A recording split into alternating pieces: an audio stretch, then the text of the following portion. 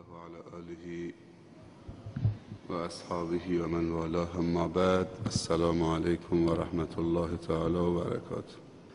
خداوند تبارک و تعالی رو بسیار سپاسگزاریم و تشکر میکنیم به خاطر همه نعمتهای خوبش. همه نعمتهای خداوند خوب هست، همه نعمتهای خداوند مفید هست، همه نعمتهای خداوند رشد و توسعه و توانمندی آفرین هست. همه نعمتهای خداوند برای ما و شما هست. و ما بكم من نعمة فمن الله و ان تعدوا نعمة الله لا تحصوها. خداوند تبارک و تعالی رو بسیار سپاسگزاریم که یک بار دیگه به ما و شما فرصت دادن و حیات ما و شما رو تمدید نمودن که بتونیم به عبادت و بندگی خدا بپردازیم و از این فرصت ها استفاده ببریم. خداوند همه ما و شما رو در همه امورات زندگی خاتمه به خیر بگردانن و جزو بندگان ویژه و موفق و بهترین بندگانش به حساب بیارن. خب پی میگیریم آیه 112 سوره توبه. دیروز مقدمه‌ای در باره توبه صحبت کردیم و همچنین درباره گناه و عوارض گناه و اشیایی که از خود گناه بدتره و توبه و بهترین توبه گفتیم توبه نصوح هست و شروط بهترین توبه رو گفتیم. اما یکی از این شروط مونده که امروز بهش اشاره میکنیم و بعد میریم التائبون، بعدش العابدون. خب آیه از این قرار من میشمارم 9 تا صفت برای مؤمنین که اهل سعادت و اهل خوشبختی و بهشت هستند. اعوذ بالله من الشیطان الرجیم. التائبون، العابدون، الحامدون، السائحون، الراكعون، الساجدون، الآمرون بالمعروف والناهون عن المنکر والحافظون لحدود الله. چند تا شد؟ 9 تا. اینا رو باید بشماریم. نتیجه چی میشه؟ و بشر المؤمنین، بشارت بده که اینها مؤمنن و اگر مؤمنن بشارت بده مؤمنین به سعادت و خوشبختی سرمدی و ابدی که بهشت فردوس خدا باشد و بالاتر از بهشت رضای خدا و دیدار خدا در بهشت. گفتیم که توبه نصوح 5 تا شرط داره. یادتون هست؟ این که توبه خالص برای خدا باشه، توبه ریا، توبه شهرت و توبه اجباری و اکراه نباشه.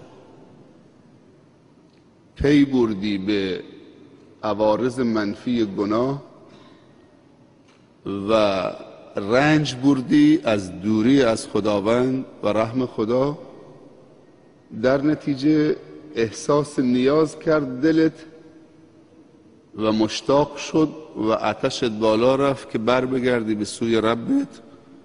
پس باید بر این مبنا انسان توبه بکنه و احساس کردی که بدون توبه دیگه ادامه دادن زندگی برای تو مقدور نیست، یعنی دور از خدا بمونی.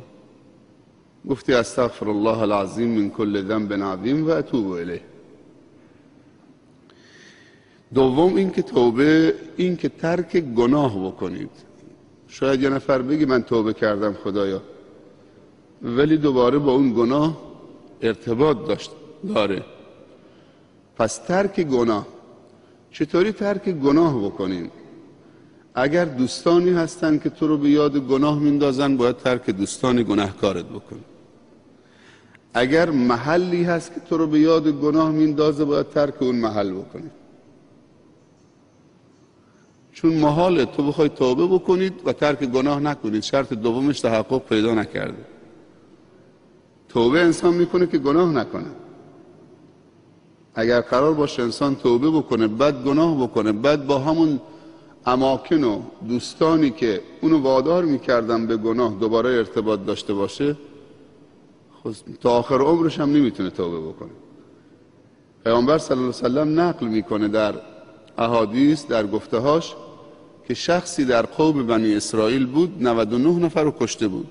بعد رفت پیش یک شخصی گفت که من میخوام توبه بکنم. گفت چه کار کردی تو؟ گفت 99 نفر کشتم. گفت اصلا که توبت قبول نمیشه. گفت حالا که نمیشه، آب وقتی از سر گذشت، چه 1 متر باشه چه 100 متر باشه، تو هم نباشید. اگه توبه من قبول نمیشه، چه 99 نفر بکشم چه 100 نفر، تو هم نباشید. من دیروز از یکی از عزیزان شنیدم که گفت خدا ما رو نمیبخشه، ما خیلی گناه کردیم. میدونی معنی این چیه؟ این مقوله کفاره.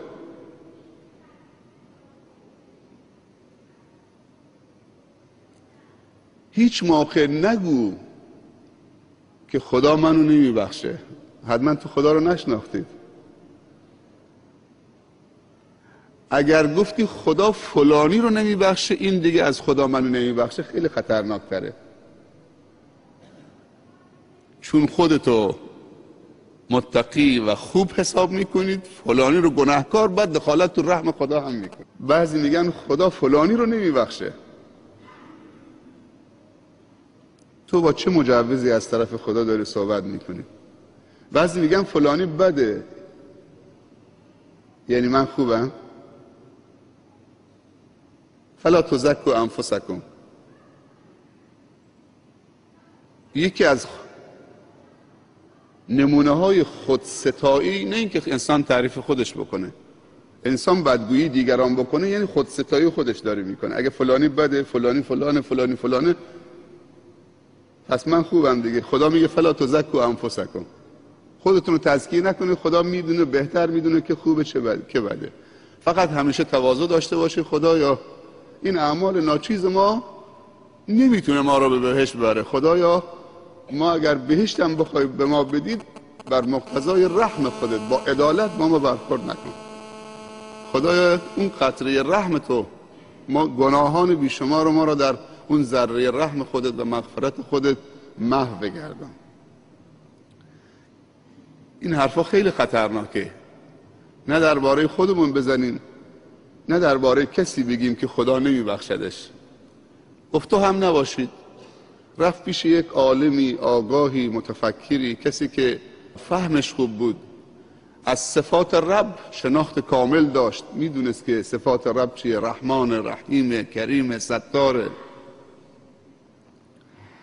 گفت که من 100 نفر رو کشتم، 100میش هم جریانش اینه. نظر شما چیه جناب شیخ که خدا توبه منو میپذیره، توبه‌ای برای من هست؟ گفت کی میتونه مانع تو و توبه تو باشه، مانع تو و رسیدن تو به ربت باشه؟ فقط یه شرط داره. شرطش اینه که اگر میخوای توبه خالصانه بکنید، باید از این روستایی که تو رو به یاد گناه میندازن و مردمش گناهکارن و تعاون و همکاری بر گناه میکنن، باید از اینجا هجرت بکنید. وگرنه توبه کردی موندی، به مرور زمان دوباره توبه شکنی میکنید. و طرف چون که صادق بود، واقعا میخواست جانانه توبه بکنه، کوله بارشو برداشت و راه افتاد. گفت برو فلانجا انسانهای خوبی هستن، با خدا هستن، خدا ترس هستن، برو همنشینی با اونها بکن، برو تو شهر اونها. اینم کوله بارشو برداشت و راه افتاد. وسط راه که رفت، اجلش رسید. ملک الموت آمد و قبض روحش کرد. پیامبر صلی الله علیه و سلم میفرمایند فرشته‌ای که خوبی ها رو مینوشت و فرشته هایی که سیئات رو مینوشت با هم بحثشون شد. گفت این از شهر بدا هجرت کرده به طرف خوبی ها و این مال منه، بهشتیه. اون یکی گفت نه، فاصلش به طرف شهر بدی ها و بدکاران نزدیکتر یک وجب یا یک گز یا یک ذراع، اون مال منه. پیامبر صلی الله علیه و سلم میفرمایند خداوند حالا یا به اون زمینی که به طرف اون طرف میرفت به طرف خوبی ها گفت بیا نزدیکتر، به اون گفت فاصله بگیر. بالاخره پیامبر نهایتا میفرمایند این آقا چون که دلش عوض شد و حرکت کرد و خودش هم چه حرکت کرد به طرف انسانهای خوب و سرزمین خوب که توبهشو نگه بداره و توبهشو حفظ بکنه، خداوند گناه او رو آمرزید، حتی یک سجده هم برای خدا نکرد، این فرصت یک سجده نشد. انسان اگر که دلش واقعا عوض بشه، فرصت نکنه بعد از توبهش سجدی هم بکنه به رحمت خدا بره، خداوند او رو قبول میکنه. مهم که توبه ما خالصانه باشه و علامتی از خود نشون بدیم که ما توبه کردیم. و یکی از علامت ها این که رابطش با دوستانی که او رو به یاد معصیت خدا مینداختن قطع رابطه بکنه، یا با مکانی یا با عملی. مثلا کسی سیدی مبتذل گوش میده، میگی میخوام توبه بکنم، خب کافی نیست که بگه استغفر الله، باید اون سیدی ها رو تبدیل بکنه، خرد بکنه. پس یکی یا شرط دوم توبه نصوح این که ترک گناه بکنه و ترک گناه مقدور نیست مگر این که ترک اهل گناه و سرزمین گناه بکنه و برنامه گناه بکنه. شرط سوم این که تصمیم بگیره تحت هیچ شرایطی به اون گناه بر نگرده، ارادهشو تقویت بکنه. اراده چطور تقویت میشه؟ اراده به این که وقتی توبه کرد همنشینی با دوستان خوبی بکنه و بهشون بگه مواظب توبه من باشی، کمکم کنید. چطوری وقتی میخوای بلند بشی پات خواب افتاده، 1 ساعت 2 ساعت نشستی میخوای بلند بشی نمیتونه بلند بشید، اون بغل دستی میگه ببخشید زیر بغلم میگیری بلند بشم، کمکم میکنی بلند بشم، اونم دست دراز میکنه زیر بغلت میگیره بلندت میکنه. باید دوستان خوبی رو داشته باشید که همنشین تو به باید تا تو را عقل و دین بیفزاید. بهشون بگی من توبه کردم و خودم تنهایی نمیتونم، هم شما برام دعا بکنید و هم کمکم کنید. رسول الله صلی الله علیه و سلم زنی رد شد از کنارش، یه جوانی بود به اسم فضل ابن عباس، چشمش رفت دنبال زنن. پیامبر با سر انگشتش خیلی لطیف صورتشو برگردون، صورتشو برگردون، با سر انگشت صورتشو برگردون. متوجهش کرد که نگاه اول مال تو بود، نگاه ادامه نده که نکته های سیاه تو دلت زده بشه. ما کمک هم میکنیم. یا جوانی اگر دختر قشنگی دید، بچه نگاه کنید چه تیپیه، تشویق میکنیم دیگه، کمک همه میکنیم. بیا بریم. جوانی تعریف میکرد از داعی مشروب خارش، کسی که مدمن الخمر بود، تعریفش میکرد، به خوبی یادش میکرد. این صحبت قبل از انقلاب. دایش هم یک انسان عجیبی بود، یعنی ولی تو دام مشروبات الکلی واقع شده بود. سر این فلکی بلوکی که الان زیتونه، اون دست یک بار بود قبل از انقلاب مشروب فروشی بود. میگه که من با دوستم رفتم تو این مشروب فروشی که مشروب بخوریم، تا وارد شدیم دیدم که داییم نشسته داره مشروب میخوره.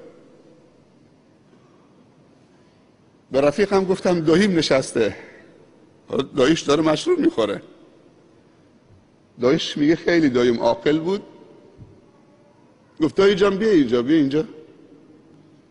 میگه دست تو جیبش کرد، 20 تومن، 10 تومن، 50 تومن در آورد، گفت دایی جان این پولو بردار برو سبزی بخر که زندایی منتظره. این پولو بردار برو سبزی بخر ببر زندایی منتظره. میگه من فهمیدم که داره منو متوجه میکنه، به من میگه که شما دیگه حیفید، جوونید، حالا من توش افتادم، دارم دست و پا میزنم، نمیتونم در بیام، شما حیفید. میگه در صورتی که سبزی هم نیاز نداشت، فقط میخواست منو متوجه کنه. من دست رفیقم گرفتم، پولم گرفتم، بیرون اومدیم رفتیم سبزی خریدیم رفتیم خونه.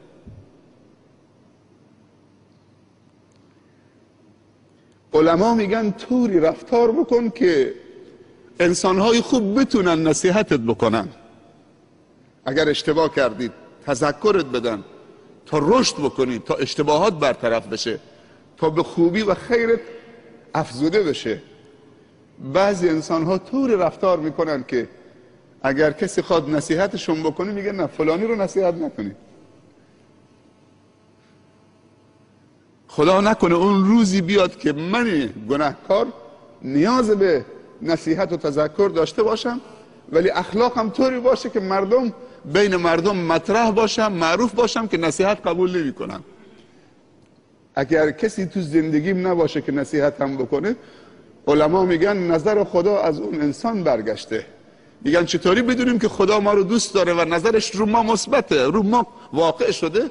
میگی دور و برت نگاه کن، دوستان خوب داری یا نداری که اگر اشتباه کردی تذکرت بدن، اشتباهت کم بشه و روشن بشی، نورانی بشی. و اگر کار خیری درستی انجام دادی تشویقت بکنن تا انگیزه کار خیر در تو افزایش پیدا بکنه. بشروا ولا تنفروا. پس تصمیم گرفتن این که یکی باشه که رو اراده تو کار بکنه، برای تو استقامت ایجاد بکنه. چند سال پیش دبی بودم، چند تا از دوستان تبلیغی به من گفتن شب جمعه اگر شیخ بیاید بریم الگسیس، نزدیک 300 تا جوان بازاری اونجا جمع میشن، جوانای. گفتم باشه. گفتم ساعت چند میان؟ گفتن حدودا ساعت 12:30 تا از دبی مغازه ها تعطیل بکنن، از شارجه جاهای دیگه بیان، ساعت 1 میشه. گفتم باشه میام. رفتیم. تو مسیر که میرفتیم یکی از دوستان زنگ زد با موبایل دوستمون، گفت که چند تا دوستان به من زنگ زدن گفتن که تو فلان هتل کنسرت فلان اجرا میشه، بلیتش هم 700 درهم 1000 درهم صف جلو، و ما با دوستان داریم میریم اونجا که خواننده های ایرانی تو نوروز دیگه از آمریکا و از اروپا آمدن. میگه تو مسیر میرفتیم چند تا دوستان هی با موبایل زنگ میزدن که بیاید که کل جوانای بازار تو الگسیسن و اونجا یک برنامه اجرا میشه، بالاخره صحبت دین میشه. اینقدر زنگ زدن و من نرسیده به اون هتل منو نجات دادن. از بس که از همه طرف زنگ زدن دوستان خوب، خدا تو دلم انداخت. یک دفعه گفتم اعوذ بالله، پناه به خدا از شر شیطان، استغفر الله. ماشینمو چرخوندم و آمدم تو این جلسه شرکت کردم. دوست خوب یعنی سرمایه، یعنی تقویت اراده، یعنی نزدیک شدن به خدا، یعنی آگاه شدن و بیدار شدن، یعنی عالم شدن. همنشین تو به باید تا تو را عقل و دین بیفزاید. شرط سوم این که تصمیم بگیره دیگه تحت هیچ شرایطی به اون گناه بر نگرده.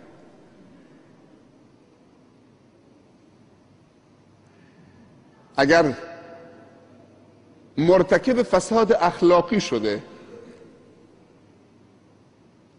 با یک زن مسنی وسوسه شده، با یک زن مسنی که اهل خلاف بوده مرتکب عمل فحشا شده والعیاذ بالله، بعد متوجه میشه توبه میکنه. بعد از این که توبه میکنه، شیطان یک زن 18 ساله خیلی جذابتر از اونو میاره جلوش،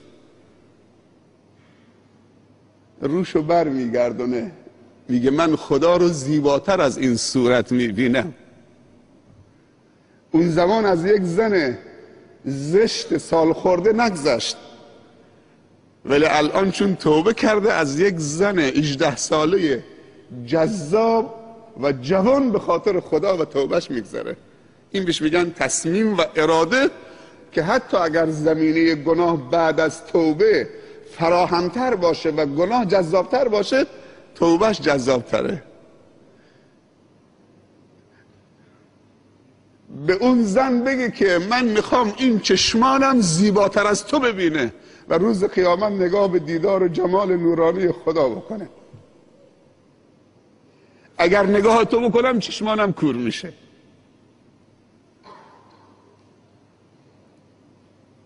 این بهش میگن تصمیم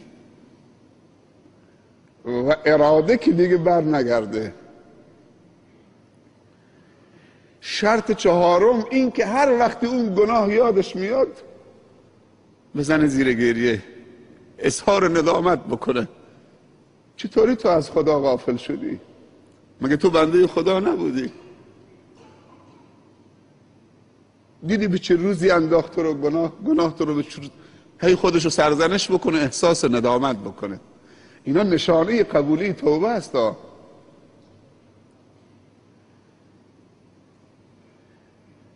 من زمانی که مدینه بودم کتابی رو خوندم، خیلی داستان تکان دهنده‌ای بود. در شام یک کتابچه‌ای بود، المسکی